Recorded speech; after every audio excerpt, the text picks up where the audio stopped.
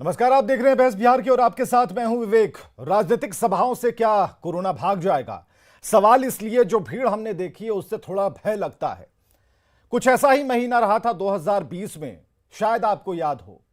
और होली तक का जो एक अंतराल था, उसके बाद जो हुआ पूरे विश्व ने देखा, पूरे देश ने देखा। उसके बाद हम लोगों ने खुद के ऊपर अपने कुछ नियम बनाए, कुछ सरकार की तरफ से गाइडलाइंस थी, प्रधानमंत्री जगा रहे थे और प्रधानमंत्री के साथ तमाम पार्टियां भी कह रही थी कि भाई मास्क, सैनिटाइजर, सोशल डिस्टेंसिंग, इन सभी का आप प्रयोग करें। किया भी हमने। कोरोना से दूरी बढ़ती चली गई, रेशियो काफी कम आता रहा। लेकिन हुआ क्या? जब राजनीति की बात आती है, सभाओं की बात होती है, तो मास्क उतर जाते हैं। अब मास्क लगा के जोर जोर चिल्ला के भाषण तो नहीं होगा, इसलिए मास्क उतारना पड़ता है। बड़े नेताजी से पब्लिक की दूरी बढ़ती है, उसे बनाया जाता है। खतरा जो होगा बाद में देख लेंगे, लेकिन जो कोरोना का जन्म होता है ऐसी ही भीड़ से होता है। तो यह मामला क्या है, पहले उसे स्पष्ट तौर पर समझिए, साफ सुथरे अंदाज में, मोटे मोटे अक्षरों में आपको हम समझाते हैं। उपचुनाव में राजनीतिक पार्टियों ने भीड़ जुटाई। मामला यह है कि सभाओं में कोरोना गाइडलाइंस की धज्जियां उड़ गईं। मामला यह है कि गाइडलाइंस के पालन की अपील का कोई असर नहीं हुआ। नीतीश कुमार हो या फिर लालू प्रसाद हो, तेजस्वी हो, सभी की सभाओं में जबरदस्त भीड़। चुनावी सभाओं ने कोरोना का खतरा बढ़ा दिया है। अब इसके रिजल्ट आने कुछ दिन में शुरू होंगे, ऐसा प्रतीत हो रहा है, डर लग रहा है। अभिषेक झा प्रवक्ता जेडीयू से हमारे साथ हैं, अखिलेश सिंह प्रवक्ता बीजेपी से, आसित नाथ तिवारी प्रवक्ता कांग्रेस से, जवाज अहमद प्रवक्ता आरजेडी से और डॉक्टर नुस्खा सिन्हा हैं, मनोचिकित्सक हैं आईजीआईएमएस से। जरूरी था कि मनोचिकित्सकों को बुलाया जाए, उनसे बात की जाए और यह समझा जाए कि इन रैलियों का क्या असर होगा। अभिषेक झा, सरकार आपकी है और सरकार में शामिल अखिलेश सिंह, दोनों से सबसे पहले हम बात करेंगे। सबसे पहले बताइए, कितना जायज है उस भीड़ को देखकर? जब नेता को सुनने आते हैं, मकसद होता है कि नेता को सुनेंगे, लेकिन माहौल भी तो होना चाहिए। मौका था लेकिन माहौल नहीं था। गाइडलाइंस थी लेकिन उसकी चिंता कौन करे? अभिषेक, आपको लगता है कि यहां गलती हुई है? कि विवेक, आपने ठीक कहा, बहुत संवेदनशील मुद्दा है ये। हम सब लोगों ने कोविड जैसी महामारी का दंश झेला है और विश्वव्यापी समस्या रही है। चुनाव आयोग सबसे पहले निर्णय लेता है कि जो स्थितियां हैं उनका आकलन करके कि चुनाव हो सकता है कि नहीं। आप सब जानते हैं कि बिहार में पंचायत चुनाव भी चरणबद्ध तरीके से हर जिले में चल रहे हैं। 2 सीटों पर उपचुनाव भी होने थे। चुनाव आयोग ने स्थितियों का आकलन किया। बिहार में चूंकि अभी कोविड का रेट काफ़ी कम है, अभी मैं आपके चैनल पर आने से पहले भी एग्जैक्ट डाटा देख रहा था, तो 40 के लगभग एक्टिव केसेस हैं और प्रतिदिन 5-6 की संख्या में ही हम लोग केसेस रिपोर्ट कर पा रहे हैं। हम अगर कोविड वैक्सीन की बात करें, जो एक बड़ा हथियार है हमारे सामने इस महामारी से जूझने हथियार के कैसे लिए, काम करेगा? 6.5 करोड़ से ज्यादा डोजेस हथियार कैसे काम करेगा? आपका डेटा बिल्कुल सही है अभिषेक झा, बिल्कुल हम उस डेटा को कहीं भी क्रॉस नहीं कर रहे। हमारा सवाल यह है, पंचायत चुनाव को आपने इन रैलियों से जोड़ दिया। पंचायत चुनाव में कहां रैली हुई थी? पंचायत चुनाव में कहां नीतीश कुमार गए थे? पंचायत चुनाव में कहां कोई बड़ा नेता गया था? मैंने विवेक जी, मैं बारी बारी से सबका जवाब आपको दे दूंगा, थोड़ा बस मुझे समय देते हैं।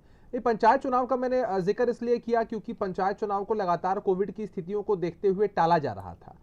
तो चुनाव आयोग एक स्वतंत्र संस्था है जो स्थितियों का आकलन करके फैसला लेती है। उसी में से एक फैसले का मैंने जिक्र किया। एक और फैसला यह भी था कि भाई उपचुनाव होने चाहिए और कोविड प्रोटोकॉल्स का, कोविड गाइडलाइंस का पालन करते हुए ही सभाएं होनी चाहिए। लेकिन ये कई बार ऐसा हो जाता है कि जब नेता आते हैं, ये किसी भी पार्टी के साथ होता है ऐसा कि जब नेता आते हैं तो लोग अति उत्साह में कई बार कोविड गाइडलाइंस को तोड़ देते हैं। जो तो अच्छा, जब नेताजी को ये पता है कि हम आएंगे तो उत्साह बढ़ जाएगा, तो नेताजी जाए ही नहीं। कितना बढ़िया ऑनलाइन चल रहा था अभिषेक झा, कितना बढ़िया ऑनलाइन चीजें चल रही थी। से अपील देखिए विवेक जी, नेताओं की तरफ से हमेशा ये अपील होती है। हमारी पार्टी तो हमेशा इस बात को लेकर अपील करती ही है कि कोविड का खतरा अभी पूरी तरीके से नहीं टला है। ये बात सच है कि बिहार में जो स्थितियां हैं वो काफ़ी हद तक सामान्य हो चुकी हैं। 99% से अधिक हमारा रिकवरी रेट बहुत लंबे समय पहले ही हम लोगों ने अचीव कर लिया था। स्थितियां काफ़ी हद तक सामान्य हो चुकी हैं, लेकिन उसके बावजूद लोगों से हमारी अपील होती है कि हम ऐसा ना समझे कि खतरा पूरी तरीके से टल गया है। काहे का 99% टल गया है, तो जो 1% है वो भी एक चिंगारी के रूप में। किस बात की अपील? जब तक हम पटना में रहे, हम घूम घूम कर दौरा करें, जब हम पटना में रहे घूम घूम कर दौरा करें, सब्जी मंडी में जाएं, सभी को आगाह करें, इशारा कर बताएं कि भाई मास्क लगा लीजिए, और फिर हम ही लोगों को ऐसा कर दें कि भाई आप आइए। आप देखिए इस भीड़ को हम दिखा रहे हैं, ना आरजेडी की बात करेंगे, वाम दलों की बात नहीं करेंगे, किसी की बात नहीं, ना कांग्रेस की बात करेंगे। सवाल इससे है कि भाई गाइडलाइंस और उसकी अपील तो आप ही की थी, आपने डांटा क्यों नहीं पब्लिक को वहां पर जाके कि आप इतनी भीड़ में क्यों आ गए? 50% वाला निर्देश है, गाइडलाइंस है, आप 50% ही आते। जिन्होंने भीड़ जुटाई उन पर एक्शन क्यों नहीं लिया पार्टियों ने? मैंने विवेक जी, मैं वही बात तो आपसे कह रहा हूं कि जिस समय का जिक्र आप कर रहे हैं कि माननीय मुख्यमंत्री जी जब बिहार की सड़कों पर, पटना की सड़कों पर निकल के मामले का निरीक्षण कर रहे थे, स्थितियां उस वक्त अच्छी नहीं थी। पहले की अपेक्षा हम लोग ज़्यादा कंफर्टेबल पोजीशन में हैं, लेकिन कंक्लूजन की बात यह है कि अभी तक खतरा पूरी तरीके से नहीं टला है। तो मैंने कहा ना कि जो भी चुनावी रैलियां हो रही थी या फिर जो भी जनसभाएं हो रही थी, उसमें कोविड जो भी गाइडलाइंस हैं कि आप इतनी उपस्थिति के साथ ही मैदान में आ सकते हैं या फिर इतनी दूरियां होनी चाहिए, इसकी अपील लगातार हर एक पॉलिटिकल पार्टी की तरफ से की जा रही थी। उसमें मैं कोई पक्ष और विपक्ष के चश्मे ये इक्वेशन नहीं समझ में आ रहा। आप जरा चलते हैं मंच वगैरह, मंच की भी तस्वीर है। नहीं ठीक है, मंच की तस्वीर है, आसित नाथ तिवारी के पास चलते हैं। आसित जी, आपको समझ में आ रहा है, एक तरफ अपील और दूसरी तरफ भीड़? निश्चित तौर पर विवेक जी, खतरा अभी टला नहीं है, और इस खतरे को जितना हम टाल सकते थे, हम सबकी जिम्मेदारी थी कि हम उसे टालते। ये बात बिल्कुल सत्य है और इससे हमें मुकरना नहीं चाहिए। लेकिन चुनाव कैसे हुए? पंचायत चुनाव से पहले आईसीएमआर की रिपोर्ट निर्वाचन विभाग ने ली, और आईसीएमआर ने जो सुझाव दिया उस पर निर्वाचन विभाग ने चुनाव की प्रक्रिया शुरू की, और बाई इलेक्शन का ऐलान भी उसी में हुआ। आईसीएमआर ने कहा कि बिहार में अब व्यक्ति से व्यक्ति में इसका ट्रांसमिशन 0 से थोड़ा बस ऊपर है, आप चुनाव करवा सकते हैं, ऐसा कोई बहुत बड़ा खतरा नहीं है। व्यक्ति से व्यक्ति के बीच ट्रांसमिशन 0 के करीब पहुंच गया। ये आईसीएमआर की रिपोर्ट थी निर्वाचन विभाग के पास। उसी समय आईसीएमआर ने कहा कि आप चाहें तो स्कूल भी सारे खोल सकते हैं, लेकिन राज्य सरकार इस पर अपना निर्णय ले, हम सरकार के काम में दखल नहीं देंगे। लेकिन अगर आप चाहें तो हमारी राय है कि आप केजी से स्कूल खोल लें, मतलब एलकेजी यूकेजी से भी खोल लें, क्योंकि अब व्यक्ति से व्यक्ति का ट्रांसमिशन 0 के बराबर पहुंच गया है। उसके बाद राज्य निर्वाचन आयोग ने, राज्य निर्वाचन विभाग ने चुनाव का फैसला लिया। पंचायत चुनाव भी कराए गए और बाई इलेक्शन भी कराया गया। तो ये आईसीएमआर की रिपोर्ट के बाद हुआ है, इसलिए सारा आरोप सिर्फ राजनीतिक दलों पर, सारा आरोप वहां जुटी भीड़ पर, मतलब या सारा आरोप में हम उन्हें भी ले लें लोगों पर। लेकिन अगर ठीक है, चुनाव आयोग की बात कर रहे हैं तो विभाग किस तौर पर इसे देख रहा है? क्योंकि हम जिन गाइडलाइंस 4 से 5 गाइडलाइंस दी गई थी, हम उनका जिक्र करते हैं और यहां पर कहीं ना कहीं चीजें बदल जाती हैं। ये बात तब चुनाव आयोग को भी पता चलेगी, उनका पालन नहीं हुआ, जब केसेस बढ़ जाएंगे। हम तो 9, 6, 4, 3, 2 यही गिन रहे हैं। पिछले 21 तारीख से लेकर आंकड़ों को देख रहे हैं। उस गिरावट को हम गिरावट नहीं समझते, क्योंकि 2020 का धक्का हम खा चुके हैं। इस गिरावट को हम गिरावट कैसे समझें? मैन टू मैन ये ट्रांसमिशन नहीं होगा। बाद में हो सकता है इस पर बाद में ऐसा हो सकता है कि अब राजनीतिक दलों से इस पर बहस कर लें कि देखिए जो रिपोर्ट की चर्चा की थी वो तो झूठ साबित हो गई, तब तो कोई आएगा नहीं बात करने के लिए। हमारे साथ अखिलेश जी हैं। अखिलेश जी, अपनी बात रखें आप। जी जी नहीं, जैसे मैं ये जरूर कहना चाहूँगा कि कोरोना के तीसरी लहर को रोकने का हमारा जो सफल प्रयास है उसको हम कर भी रहे हैं, और इसमें इसका सबसे बड़ा जो अस्त्र था टीकाकरण। इसमें हम समझते हैं कि 6.5 करोड़ के आसपास टीकाकरण हुआ है। 31 दिसंबर तक हम 8 करोड़ तक बिहार के में लक्ष्य को हासिल कर लेंगे, और ये देश के रेशियो के साथ साथ बिहार का रेशियो भी ठीक है। हम तीसरी लहर के लिए पूरी तैयार भी रहें। पंचायत स्तर तक 6 बेड ऑक्सीजन युक्त और अनुमंडल स्तर तक ऑक्सीजन की व्यवस्था, और इसके अलावा मैं ये क्या कहें कि मेडिकल कॉलेजेज और बाकी सब, ये सब कुछ सारी व्यवस्था हम मुकम्मल किए हुए हैं। लेकिन मैं एक बात कहना चाहूँगा, मैं इसको बिल्कुल साइंटिफिक नहीं मानता, लेकिन बावजूद इसके एक उदाहरण हमारे सामने है कि कोरोना का केंद्र कहाँ था? पुणे था, मुंबई था, केरल था, दिल्ली था, और इन सब जगहों पर चुनाव नहीं थे। चुनाव बिहार में वहां पर जिस प्रकार से पेंडेमिक था और उस मुकाबले मैं समझता हूं कि बिहार के अंदर वो महामारी उस मुकाबले नहीं थी। हाँ, ये जरूर है कि हम इसके कारण से बिल्कुल ये बिल्कुल हम लापरवाह हो जाए, ये भी ठीक बात नहीं है। हमें जो गाइडलाइन का पालन करना है वो बिल्कुल करना चाहिए और हम उसको कर भी रहे हैं। लेकिन सरकार के तौर पर मैं इतना जरूर कहना चाहूंगा कि अभी जिस प्रकार से मेडिकल में हमारा मेडिकल विभाग जो जिस प्रकार की तैयारी और वैक्सीन के मामले में और फिर हॉस्पिटल के मामले में, जिस प्रकार से कोरोना के मामले में तीसरी लहर में की तैयारी में जिस प्रकार से हमारी मुस्तैदी है, मैं समझता हूं कि हम लोगों ने तीसरी लहर को रोकने का प्रयास किया है। और अगर ये कहा जाए कि जो इम्यूनिटी लोगों के अंदर जो डेवलप किया है, जो एंटीवायरस लोगों के अंदर डेवलप किया है, जिस प्रकार से ये हम कह सकते हैं बिल्कुल अखिलेश जी, 28/10/2021 का ये हुआ है। अभी का समय नोट कर लीजिएगा। भगवान ना करे कुछ ऊपर नीचे हो जाए, डेटा गड़बड़ा जाए, तो फिर इस डेट को याद रखिएगा। 28/10/2021 से शाम के 5 बजे हम और आप डिबेट कर रहे हैं, इस पर चर्चा, डिबेट नहीं कर रहे, चर्चा कर रहे हैं। ठीक है, अब जरा आरजेडी के प्रवक्ता के पास भी चलते हैं। एजाज अहमद साहब हमारे साथ मौजूद हैं। एजाज साहब, डेटा तो आप सुन रहे होंगे और इस बार आपकी भी रैली थी। तेजस्वी ने कहा कि रैली नहीं, इस बार रैला होगा, पिताजी आ गए हैं। तो अब पिताजी तो आ गए, रैली हो गई, अब कोरोना की बारी है। देखिए, कोरोना गाइडलाइंस का सभी तरह से अनुपालन किया जा रहा है, लेकिन चूंकि भीड़ आपके हिसाब से नहीं आती है, भीड़ को व्यवस्थित करने का जिम्मा प्रशासनिक स्तर पर होता है। अब प्रशासनिक स्तर पर क्या कार्रवाई नहीं हो रही है ये स्थानीय प्रशासन के लोग ही बताएंगे। लेकिन मेरा ये मानना है कि चुनाव जो होने की बात है, पश्चिम बंगाल में 4 महीना पहले चुनाव हुआ, असम में 4 महीना पहले चुनाव हुआ, वहां पर माननीय प्रधानमंत्री का, माननीय गृह मंत्री का बड़ी बड़ी सभाएं हुई, लेकिन उस पर कोई डिबेट नहीं हुआ। चूंकि लालू प्रसाद जी का एक बड़ी सभा हो गई, उसके बाद डिबेट में आए नहीं थे। ये कहीं ना कहीं राजनीतिक एंगल बनाता है। नहीं, आप उस डिबेट में नहीं थे। नहीं, खिंचाई तो हमने पूरी की है, उसमें कहीं कोई कसर नहीं है। नहीं, आप जो जिम्मेदार हैं, आप नहीं आए थे, आरजेडी से कोई दूसरे प्रवक्ता थे। क्या पश्चिम बंगाल नहीं, क्या पश्चिम बंगाल के चुनाव में गाइडलाइंस का अनुपालन हुआ? क्या असम के चुनाव में गाइडलाइंस का अनुपालन हुआ? मेरा ये मानना है कि माननीय प्रधानमंत्री जी, माननीय गृह मंत्री, अच्छा, वहां नहीं हुआ तो हम यहाँ भी नहीं करेंगे, ऐसा है? गाइडलाइंस के अनुपालन नहीं करा पाए, नहीं यहाँ पर नहीं। ये क्या लॉजिक है? चुनाव, देखिए, चुनाव एक ऐसा चीज है, इसमें भारत सरकार और माननीय जो चुनाव आयोग है, इसको स्पष्ट रूप से देखना चाहिए। और चुनाव के गाइडलाइंस का जो अनुपालन है, ये चुनाव आयोग को कराना है, सब दूसरे ही देखेंगे, को कराना है, सब दूसरे ही देखेंगे। तो लालू जी को देखना चाहिए, पॉलिटिकल पार्टी ने गाइडलाइन, सभी देश के बड़े नेताओं को देखना होगा ना भाई। आप आएंगे, अरे रानी मधुमक्खी आएगी, ऐसे थोड़ी होता है, तब तो भीड़ लगेगी ही ना। नहीं, अब लालू जी को इतने साल बाद लोग देखने आए, उनको सुनने आए, तो भीड़ तो आएगी।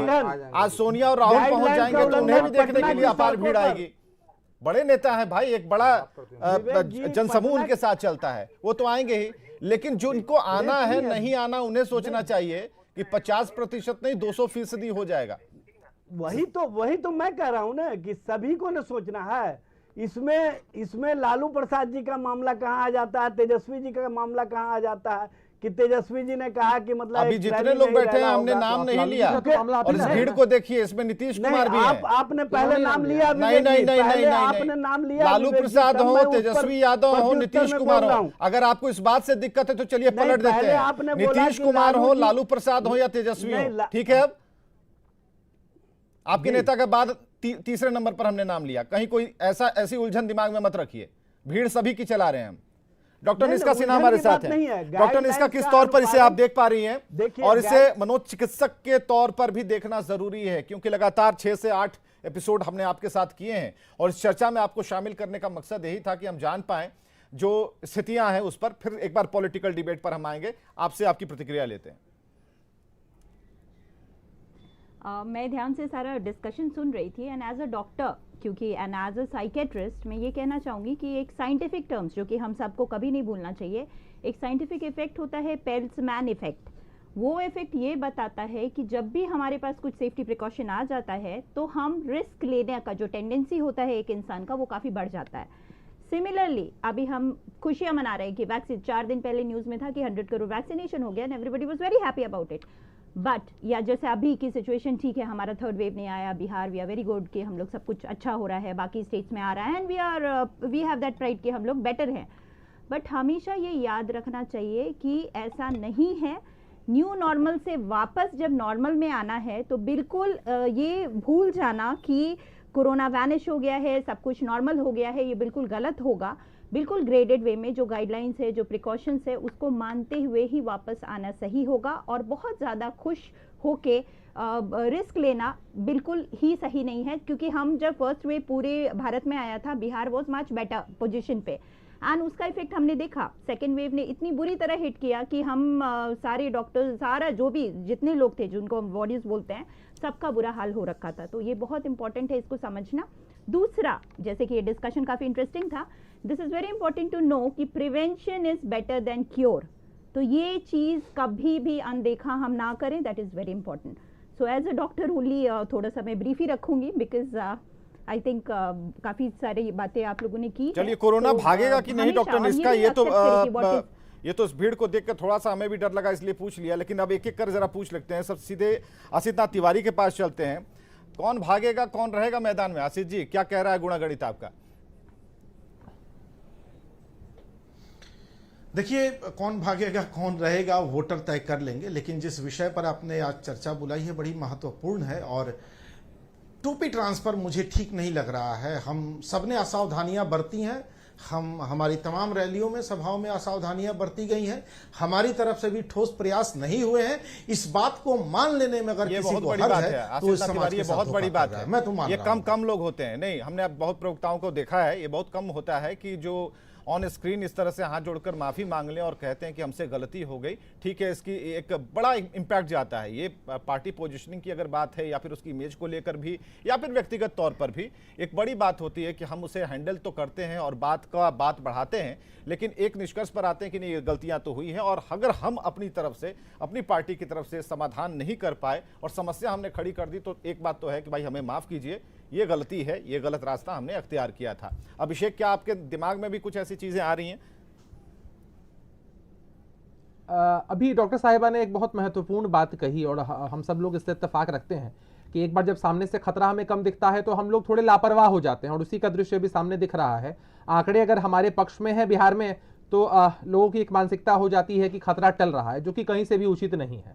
एक आम नागरिक के रूप में, एक पार्टी के प्रवक्ता के रूप में या एक पूरे संगठन के रूप में हर किसी की जवाबदेही है कि अगर इस तरह की चीजें हो रही हैं तो कैसे इसको कम किया जाए, इसका प्रिवेंशन किया जाए, ताकि फिर से हम उस तरह के खतरे को आमंत्रण ना दे दें, उसमें फंस ना जाए और कीमती जाने ना चली जाए, लोग उससे परेशान ना हो जाए। तो ये तो हम सबकी जवाबदेही सामूहिक रूप से होनी ही चाहिए कि जो कुछ हुआ उसकी जिम्मेदारी लेते हुए, जवाबदेही लेते हुए। ये पहली बार हुआ, ये हमारे डिबेट में, खासकर जब से मैं डिबेट कर रहा हूं, ये पहली बार हुआ है। तो ये जेन्युइन चीज है, इसे सबको अपनाना चाहिए। देखिए, आप अभिषेक झा जेडीयू से हैं, तो आप पूरे जेडीयू की वकालत, जेडीयू की तरफ से आप खुद को रिप्रेजेंट कर रहे हैं। तो ये ज़रूरी है कि आप जितने लोग हमें देखते हैं और जितने लोग सोशल मीडिया से, हमारे साथ एक बड़ी संख्या सोशल मीडिया के, सब लोग इस डिबेट को देखते हैं और हम लोग उसे शेयर भी करते हैं। तो हम चाहते हैं कि आप ज़रूर एक निष्कर्ष पर पहुँचें, जिस तरह से आशीष नाथ तिवारी ने यहाँ पर कहा है। जाज अहमद साहब, आपके पास आते हैं। क्या लगता है, यहाँ पर चूक हुई है, भूल हुई है? किसी भी नेता का हम नाम नहीं ले रहे हैं, सभी पार्टियां जो इस दंगल में थी, सबका नाम है, सबकी फोटो है। ये बात हकीकत है कि चूक तो हुई है, और चूक होने के कारण ही हम लोग जो प्रिवेंटिव रखना चाहिए वो नहीं रख पाए। और कारण ये है कि जो जोश होता है ना राजनीतिक रैलियों का या राजनीतिक नेताओं का, उस जोश के कारण आम आवाम भी भूल जाती है कि हमको गाइडलाइंस का अनुपालन किस तरह से करना चाहिए।